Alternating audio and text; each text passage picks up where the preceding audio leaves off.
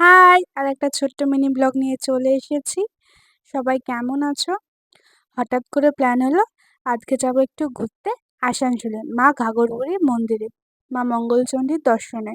তাই যেমন ভাবা তেমন কাজ, রেডি হয়ে আমরা বেরিয়ে পড়লাম। আমি, আমার বরমশাই, ফুচুদা, সবিতা আর হিরণদা সবাই মিলে বেরিয়ে পড়লাম মায়ের দর্শন করতে। অনেকক্ষণ ধরে ট্রাভেল করে আমরা চলে এসলাম মা ঘাগরবুড়ির স্থানে। এখানে অনেক বিয়ে হচ্ছিল, আজকে বিয়ের ডেটও ছিল। এটা হলো মন্দিরের মেন প্রবেশ পথ। তারপর আমরা ঢুকে গেলাম মন্দিরের দিকে। হ্যাঁ, তবে অনেক ছোট ছোট বাচ্চা ছেলে মেয়েও দেখছি এখানে এসে বিয়ে করে নিচ্ছে। যাই হোক, চারিদিকটা দেখতে দেখতে আমরা চলে গেলাম। ভালো মেলা মতনই বসেছিল। তারপর আমরা মন্দিরে প্রবেশ করলাম মায়ের দর্শনের জন্য।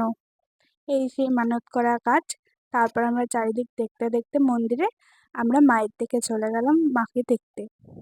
ঠাকুরের কাছে যেহেতু ক্যামেরা করা অ্যালাউ ছিল না, তো তার জন্য আমরা মায়ের কোনো ছবি তুলিনি। এটা হলো বলিস্থান। তারপর মায়ের ফুল বাগানটাও দেখে নিলাম। তারপর মন্দিরের অপোজিট সাইডে এলাম। শুধু মা নয়, এখানে আরো অনেক দেবতার মূর্তি প্রতিষ্ঠান ছিল। এই যে জয় বজরংবলী, কি সুন্দর লাগছে না দেখতে। মন্দিরের পেছনেই এই নদীটা। এই নদীটার নামটা ঠিক জানি না। দেখতে ভালো লাগছিল, কিন্তু চারিদিকে প্রচণ্ড আবর্জনায় ভর্তি আর একটা বাজে দুর্গন্ধ বেরোচ্ছিল। যাই হোক, এনারা হলো যারা মাকে খুঁজে পেয়েছিল, তাদের বংশধররা। তারপর আমরা দুজনে হাতে হাত ধরে একটা রিলস বানানোর জন্য ভিডিও করছিলাম। এই যে পাগলের মতো এই ওদিকে টানছে, ও ওদিকে টানছে। এই যে এই মায়ের মূর্তিটা ওখানে প্রতিষ্ঠিত আছে। ঠিক মূর্তি না, শিলা মূর্তি। তারপর বাবা সাই দেবেরও ছবি তুলে নিলাম। তারপর এখানে একটা শিব মন্দিরও ছিল। যেহেতু শ্রাবণ মাস চলছিল তখন, তাই মন্দিরটা খুব সুন্দরভাবে সাজানো ছিল। মন্দিরের চারিদিকটা ঘুরে ঘুরে দেখে নিচ্ছিলাম। মন্দিরটা মনে হচ্ছিল নতুনই হয়েছিল। চারিদিকটা ফুল দিয়ে খুব সুন্দরভাবে ডেকোরেশন করা ছিল। ভিড়ও ছিল, কিন্তু অতটাও ছিল না। এই যে নন্দী মহারাজ বসে আছে এখানে। তারপর আমরা একটু চা খেয়ে নিলাম। তারপর আমরা বেরিয়ে পড়লাম বাড়ির দিকে। তারপর ভাবলাম বাড়ি যাব না, রাতে ডিনারটা করেই যাই। তারপর একটু গান শুনছিলাম আমরা।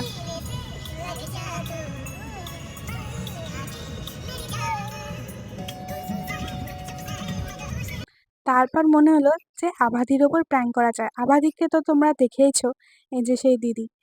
এবার আবাদি আর সৌভিকদার মধ্যে একটু ঝামেলা হয়েছিল, তাই ভাবলাম একটা প্র্যাঙ্ক করা যায়।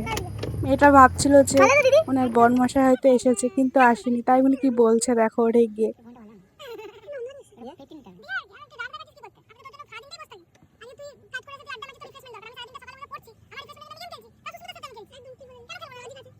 তারপর রাগের কথা শোনার পর যখন ওনার বরমশাইকে দেখলো, তো ওনার আর কিছু বলার নেই, উনি স্পিচলেস হয়ে গেছিল। তো আমরা এটা নিয়ে খুব হাসাহাসি করলাম। বেচারাকে আমরা খুব রাগালাম। তারপর আর কিছু বলিনি, নিজেদের মধ্যে বুঝে নিল। তোমরাই শোনো কি বলছিল তারপর। আমার বরমশাইটা হাসতে হাসতে মন্দিরের দিকে ঘুরিয়ে নিল। বেশ সন্ধ্যেটা ভালোই কাটছিল। তারপরে আমরা চলে গেছিলাম কাবাব খেতে। এই মহারানী তো খাবে না, শ্রাবণ মাস করছিল, তার জন্য উনি বাদ। আমরা সবাই লেগ পিস অর্ডার দিলাম আর ওকে দেখিয়ে দেখে খাচ্ছিলাম। হ্যাঁ, অবশ্যই এটা আমরা ভুল করছিলাম, কিন্তু এবার বন্ধুদের লেগ পুল করতে কার না ভালো লাগে। আবার ওকে দিয়ে ভিডিও করাচ্ছিলাম। তারপর আমরা চলে গেলাম রেস্টুরেন্টে। রাতের খাবারটা খেয়ে তারপরে আমরা আবার বাড়ির দিকে চলে আসছিলাম। এবার একটু ভোজপুরি গান শুনতে শুনতে সবাই মিলে মজা করছিলাম। আমাদের মতন আর কে কে ভোজপুরি লাভার আছে একটু কমেন্ট করে দিও তো।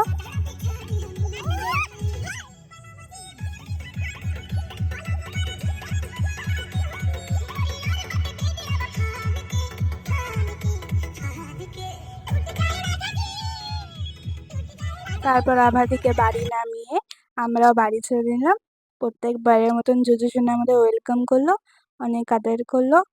তারপর আমরা অনেক টায়ার্ড হয়ে গেছিলাম বলে আমরা ফ্রেশ হয়ে নিলাম।